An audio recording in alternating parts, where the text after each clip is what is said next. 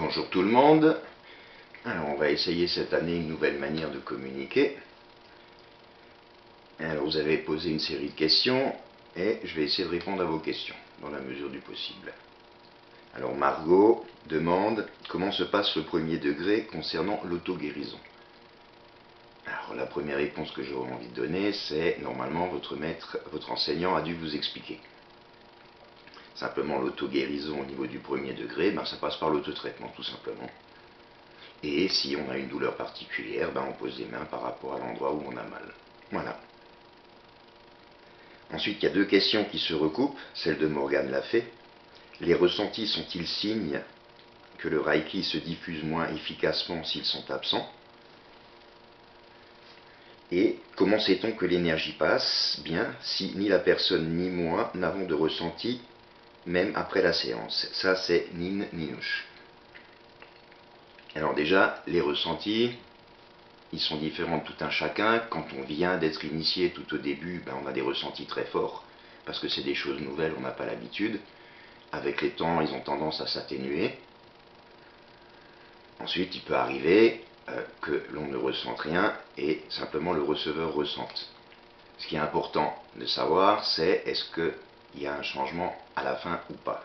Donc justement, comme demandait Nine, est-ce que l'énergie passe si ni la personne ni moi n'avons de ressenti même après la séance? Ça, c'est à voir. Reste encore à savoir ce qu'on entend par ne pas avoir de ressenti. Ce qu'il faut voir, c'est est-ce qu'il y a eu un changement? Est-ce que la personne se sent mieux ou pas? Si strictement rien n'a changé, effectivement, là, il y a quelque chose qui ne va pas. Donc, je ne peux pas dire plus. Là, il faudrait rentrer plus dedans. Est-ce qu'il y a eu des ressentis avant?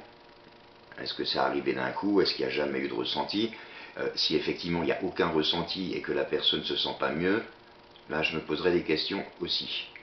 Après, nos ressentis, ceux du receveur, peuvent être complètement différents. Il m'est arrivé avec un ami qui avait un coup de soleil de poser mes mains. Moi je sentais mes mains toutes chaudes et j'ai mon collègue qui se retourne, qui me regarde et qui me dit « Waouh, c'est tout frais, ça fait du bien ». Donc il ne faut pas trop se fier au ressenti, par contre fiez-vous au résultat. Si effectivement il n'y a pas de résultat, là c'est à voir en privé, allez voir plus loin, je ne peux pas répondre comme ça directement, il y aurait d'autres questions à poser. Voilà. Morgane l'a fait, demande aussi, je me surprends parti dans mes propres pensées et non en pensant à la personne qui est sous les mains, est-ce que ça a des incidences? Alors, un des premiers principes du Reiki, c'est qu'on n'a pas, dans la pratique du Reiki Ushui, on n'a pas besoin de concentration, de quelque chose de spécial. Encore une fois, on en revient à la question de tout à l'heure, est-ce que la personne se sent mieux après ou pas? Est-ce qu'il y a des changements vérifiables ou pas? Après, je dirais, se concentrer sur la personne, c'est pas vraiment mieux. Parce que là, on est en train de mettre en place une intention et c'est pas forcément bien. Moi, ce que je conseille et ce que j'apprends à mes élèves, c'est de rentrer dans le silence. Ne penser ni à soi, ni à la personne, rien du tout. Juste rentrer dans cet état de juste présence. Voilà. Alors ensuite, une question qui revient souvent, qui a été posée là par Nadine Bull. Si l'énergie est intelligente et va là où il y a besoin, pourquoi les positions? Alors là, c'est une grande légende urbaine qu'on retrouve dans le monde Reiki, comme quoi l'énergie est intelligente. C'est comme si vous disiez que l'eau est intelligente, que l'électricité est intelligente, que le vent est intelligent. Une énergie n'est pas intelligente. Une énergie, elle fait ce qu'elle est prévue de faire, ce qu'il est de sa nature de faire. Après, effectivement, l'énergie va combler. S'il y a un manque quelque part, l'énergie va y aller. Mais en fonction de l'endroit du corps, il ira plus ou moins vite, et fera d'autres zones. Le fait de faire tout le corps va permettre de tout cibler, va permettre d'envoyer de l'énergie dans toutes les parties, et là où il y a besoin, ça va venir. C'est comment prendre une image. C'est comme si vous versiez de l'eau directement dans un endroit qui en a besoin, ou que vous versiez sur tout un terrain, et que les endroits où il y a plus besoin d'eau, tout l'eau va être absorbée plus facilement, ce sera absorbé plus facilement. Mais la quantité d'eau sera moindre que si vous allez directement sur la zone. Le fait de faire tout le corps, c'est justement, ça permet de ne pas réfléchir à quel endroit ou quoi que ce soit, ou à faire des choses qui ne sont pas de notre recours, mais simplement d'être sûr que toutes les zones du corps sont passées. Mais ça, il faut arrêter, l'énergie, elle ne peut pas être intelligente, ça n'a pas de sens. C'est comme... Mais là où il y a un manque d'énergie, oui, automatiquement l'énergie va combler.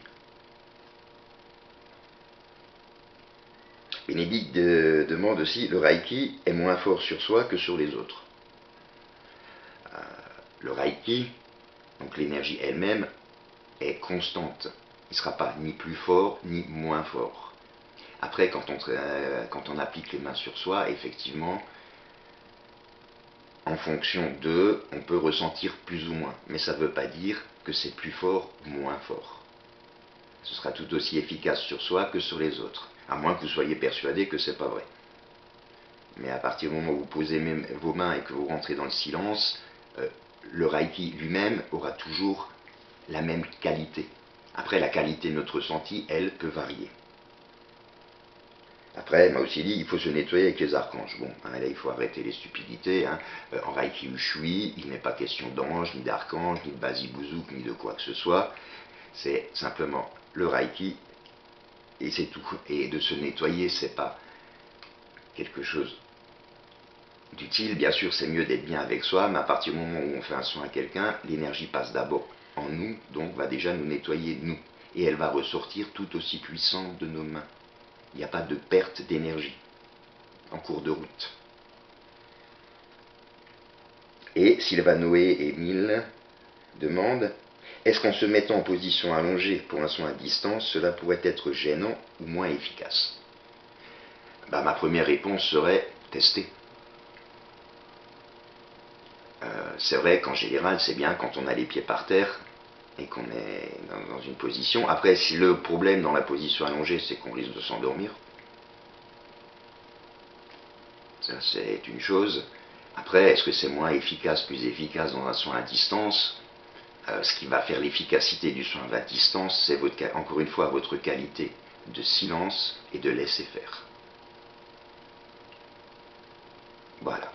En espérant que cela réponde un petit peu à vos questions. Si vous avez d'autres questions, posez-les. Si vous avez des questions par rapport à mes réponses, posez-les.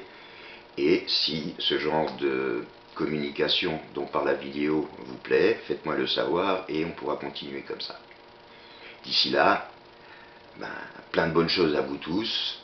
Bonne pratique du Reiki Ushui et à tout bientôt.